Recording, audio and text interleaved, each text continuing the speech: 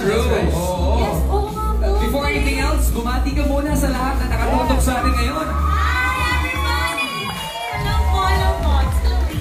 From the I Want ASAP stage, here's back now to the ASAP main stage. We're so happy to have you as well. Finally, no? Kamusta naman yung first ever performance mo sa ASAP stage? Kinakabahan po. Kinakabahan ba yun? After everyone's applauding you. Grabe yung confident mo, Bek. Ang galing. Oh, grabe, bye. Pag ganun, Oo nga, kami nagulat kami. Oh, Van. Paano kasi siya kanina ko? baka susunod, Siya lang mga... kung gusto ni Chloe magkaroon ng collab between Chloe Yes. and Maymay. I think we want that. Do we want a performance from Chloe and Maymay dito sa ASAP stage? I think we can arrange that.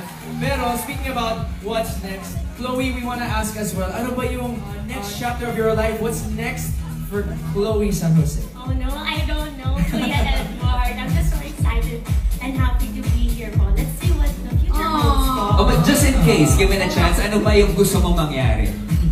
You can manifest it.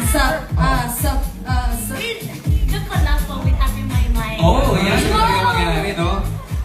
Well, Sinabi Chloe, po, we can our do it. doors are always open for you.